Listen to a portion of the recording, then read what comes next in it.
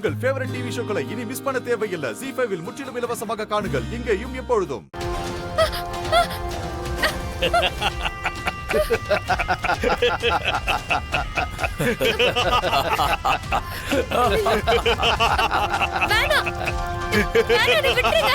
நாங்க அதுக்கா உன்னை இவ்வளவு தூரம் வர வச்சோம். இன்னும் கொஞ்ச நேரம் தான் பொறுத்துக்க, உங்க அக்கா கிட்டயே போய் சேர்ந்துருவ. இன்னைக்குதான் உனக்கு கடைசி காலம். நீயும் உன் குழந்தையும் மேலோகத்துக்கு போற நேரம் நெருங்கிருச்சு. ஐயோ ஆண்டவா, பரமேஸ்வரா, உன்னோட அடியார் சொன்னாரு, அதனாலதான் இப்படி அவங்கள நான் வர வச்சேன். ஆனா என்ன இப்படி ஒரு பிரச்சனையில சிக்க வச்சிட்டியே, இது உனக்கே நியாயமா? தயவு செஞ்சு என்ன காப்பாத்து ஆண்டவா.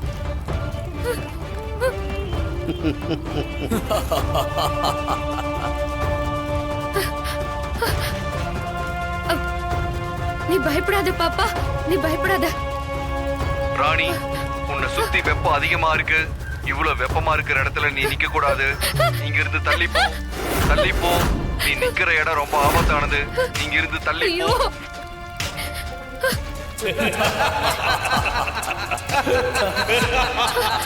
ராணி, இதுக்கு மேல குழந்தையால வெப்பத்தை தாக்கு பிடிக்க முடியாது. எப்படியாவது இந்த இடத்தை விட்டு போயிடு. ஐயோ, நான் எப்படி போக முடியும்? என்னதான் கட்டி போட்டுக்கிறாங்களே.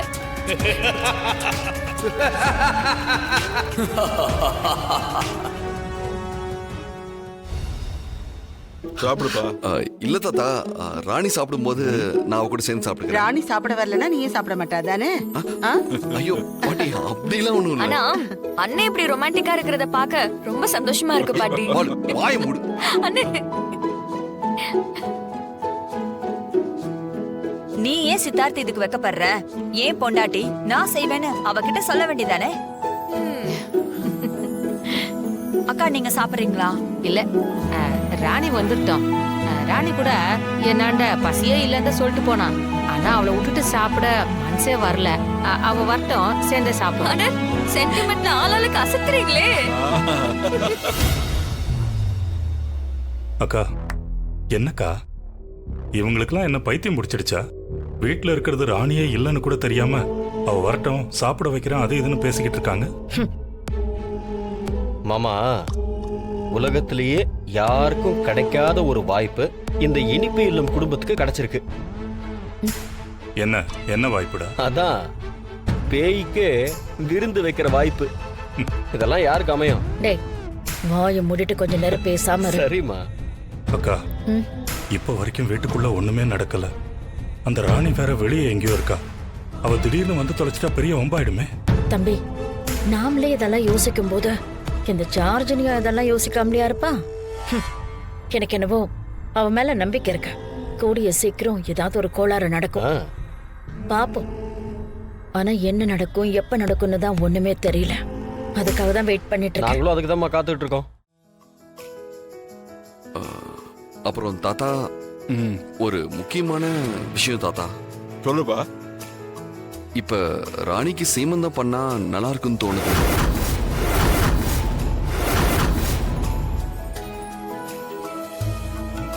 இப்பவே வா. ஆமா தாத்தா.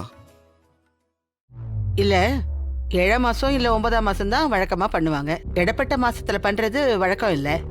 ஆனா இன்னும் கொஞ்ச நாள் போட்டுமேப்பா. இல்ல பாட்டி, இப்ப பண்ணா ராணி மனசுல இருக்க கவலையெல்லாம் போய் அவ ரொம்ப சந்தோஷமா இருப்பா. அவ என்னதான் சிரிச்சு சிரிச்சு பேசினாலும் கூட அவ மனசுக்குள்ள கவலை இருந்துகிட்டே இருக்கு பாட்டி. வளகாப்பெல்லாம் நடந்து கை நிறைய வளையல் போட்டு அவ வீட்டுக்குள்ள நடந்தானா அந்த வளையல் சத்தம் குழந்தைக்கு ரொம்ப சந்தோஷத்தை கொடுக்குமா. அந்த சந்தோஷம் அம்மா மனசுலயும் பரவுன்னு நான் ஒரு புக்ல படிச்சேன். பரவாயில்லையே, இதெல்லாம் ஆராய்ச்சி பண்ண ஆரம்பிச்சிட்டாரு. என்னக்கா? இல்லக்கா, படிச்சேன், அதத்தான் நான் சொன்னேன். சரி சரி சரிங்க சரிங்க, நல்லா சரிங்க. உங்க மொத்த பேரோட சிரிப்பையும் எப்படி காலி பண்றதுன்னு எனக்கு நல்லா தெரியும். அக்கா, ராணி மொத்தமா காலியாக போறா. அது தெரியாம இவங்கெல்லாம் சேர்ந்து வளகாப்பு நடத்துறத பத்தி பேசிக்கிட்டு இருக்காங்க. டாக்டர், என்னாச்சு டாக்டர்? எதுவுமே சொல்ல மாட்டேங்கிறீங்க. ராணிக்கு என்னாச்சு? I am very sorry sir. குழந்தைக்கு சுத்தமா இதய துடிப்பே இல்லை.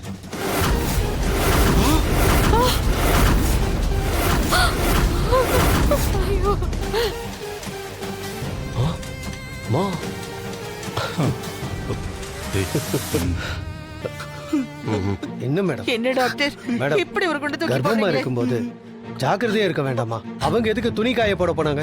அவங்க போறான்னா நீங்க விட்டுருவீங்களா? இதனால எவ்வளவு பெரிய பிரச்சனை ஆயிடுச்சுன்னு பாருங்க. ஐயோ, தப்பு பண்ணனே. அவ கேட்க முதல்ல முடியாதுன்னு சொல்லி இருக்கடவே. தப்பு பண்ணனே. யாரும் எமோஷனல் ஆகி சத்தம் போடாதீங்க. ராணிக்கு தெரிஞ்சதுன்னா அதுக்கப்புறம் அவளை சமாதானப்படுத்தவே முடியாது. ஆமா டாக்டர், அந்த குழந்தை இந்த உலகத்துக்கு வரும், அதுதானே உங்க அண்ணனுக்கு கொடுக்க போற பரிசுன்னு அண்ணி சொல்லிக்கிட்டே இருப்பாங்க. இப்ப அது எல்லாமே போச்சு. டாக்டர், ஏதாவது ட்ரீட்மெண்ட் பண்ண முடியுமா? ராணி கதை முடிஞ்சது. ஆமா டாக்டர், என்ன செலவானாலும் பரவாயில்ல, அதெல்லாம் பாத்துக்கலாம், எல்லாத்தையும் பாத்துக்கலாம். என்ன ட்ரீட்மெண்ட் ஆனாலும் அவளுக்கு கொடுங்க. அந்த குழந்தையை எப்படியாவது காப்பாத்திருங்க. ஒரு விஷயத்தை நல்லா புரிஞ்சுக்கோங்க. மெடிக்கல் வேர்ல்டுல தினம் எத்தனையோ கண்டுபிடிப்புகள் வந்துகிட்டு இருக்கு. ஆனாலும் இன்னும் நீங்க சொல்ற அளவுக்கு முன்னேறல. இறந்த உயிரை மறுபடியும் கொண்டு வர்றதுக்கான சாத்தியக்கூறுகள் இல்லவே இல்லை. இல்ல டாக்டர், கொஞ்சம் பாருங்களேன். அது டாக்டர், டாக்டர், கண்டிப்பா என் குழந்தையோட ஹார்ட் துடிக்கலையா? அப்போ குழந்தை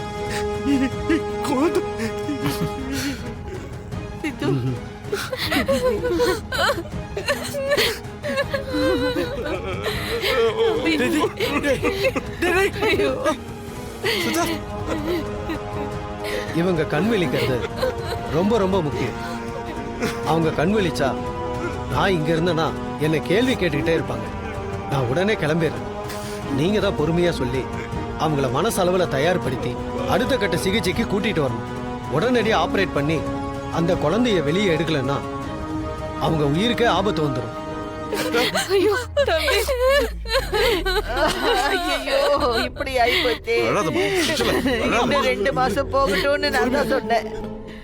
ஏதாவது கொஞ்சம் பாருங்க டாக்டர். நீ அழாத ஜல, பொறுமையா அழாத ஜல. ஏங்க நம்ம குடும்பத்துக்கு மட்டும் இப்படி சோதனை வருது, அந்த கடவுளுக்கு கண்ணே இல்லையா? ஐயோ ஐயோ. Sorry sir. டாக்டர், எப்படியாவது குழந்தைய காப்பாத்துங்க டாக்டர். நானே காப்பாத்துங்க டாக்டர். எங்களுக்கு 2 பேரும் ரொம்ப முக்கியம். அமைதியா இருங்க, அமைதியா இருங்க, அமைதியா இருங்க, கொஞ்சம் அமைதியா இருங்க. ராணிக்கு தெரிஞ்சிட போத. தயவு செஞ்சு எல்லாரும் கொஞ்சம் அமைதியா இருங்க ப்ளீஸ். ராணி கண் முழிச்சதும் ஹாஸ்பிட்டலுக்கு கூட்டிட்டு வாங்க. நான் இப்ப கிளம்புறேன். ஜீ5 ஆப்பை டவுன்லோட் செய்து அனைத்து எபிசோடுகளையும் இலவசமாக பாருங்க.